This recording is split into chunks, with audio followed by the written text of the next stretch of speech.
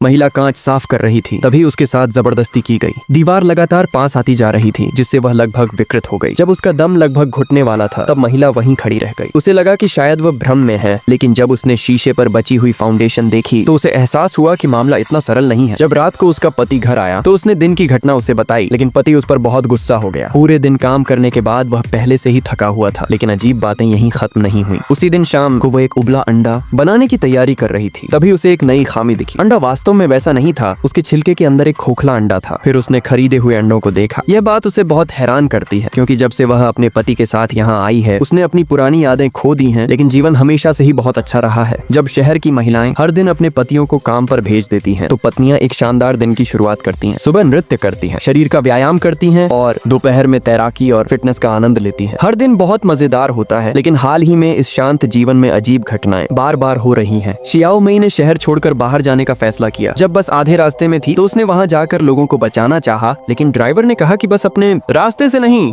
हट सकती, और इस बहाने से उसने बेरहमी से मना कर दिया।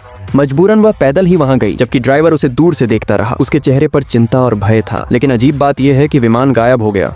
वहां केवल एक अजीब सा मंडप था। शियाओ मई उत्सुकता से वहां चली गई, लेकिन जब वह झुककर देखने की कोशिश कर रही थी, अचानक एक घटना हो गई। लाल रोशनी के एक झटके के साथ जब वह फिर से जागी तो वह घर पर थी और उसकी पहले की सारी यादें खो चुकी थीं। मजबूरन उसे अपनी पुरानी जिंदगी फिर से जीनी पड़ी।